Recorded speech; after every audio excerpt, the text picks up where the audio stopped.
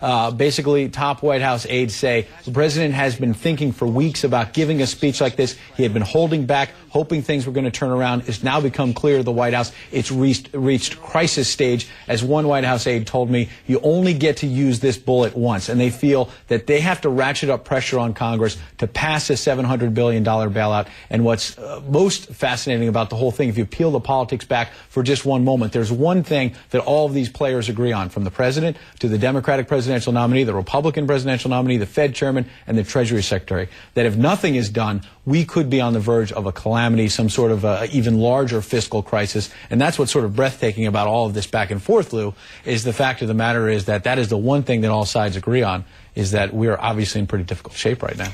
Yeah, I accept that. What evidence has the Secretary of the Treasury or the Chairman of the Federal Reserve offered in support of that contention? We know we have a crisis, but to put a fine point on this, is it a crisis that becomes worse tomorrow, Monday? What is the urgency here? What is the reason for it, and why is neither the White House, the Treasury Secretary, the Fed Chairman, or the Democratic or Republican leadership in Congress not communicating that to the American people?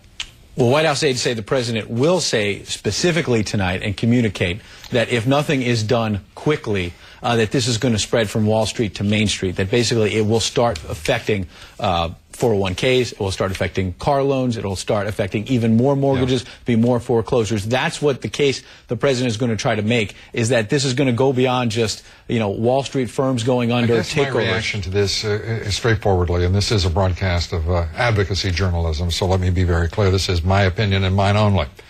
But we have seen enough of the politics of fear, whether it be in foreign policy or whether it be in domestic policy, and to apply what has worked at the margin, I guess, over recent years. Certainly it was far more successful in earlier years. I think that it should be rejected by the American people outright.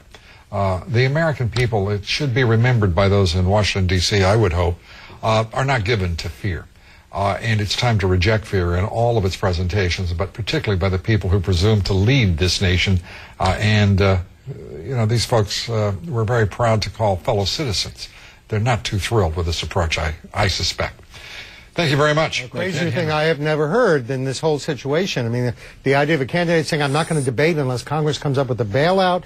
The job of a political leader, the job of a president in particular, is to reassure people. Remember, we have nothing to fear but fear itself. I fear that Senator McCain may be spooking a lot of people by heightening this sense of anxiety and crisis. But Bill, think about this. We've got elected officials in Washington, D.C. being told by the Treasury Secretary that people in this country should be more scared than angry. Yeah, and we've got a president and an administration basically saying it's got to be done in 36 hours or we're going to be in great crisis.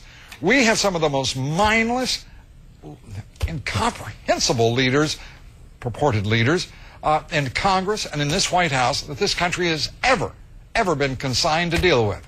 Well, analytically, I can only give you a reason for that, which is the only way things get done in this country is if there's a sense of urgency, if there's a heightened sense of crisis. And the problem is that these politicians are trying to generate that sense of crisis because that's the only way they think they'll get anything passed, particularly if it's going to be bipartisan. Well, how clever of them to have found themselves in alliance with greedy, irresponsible CEOs and Wall Street moguls so that they could drive the financial system into the dust and create thereby a crisis that would be persuasive for the American people. I'm delighted to find out there was that much foresight at work here. That is a very good question.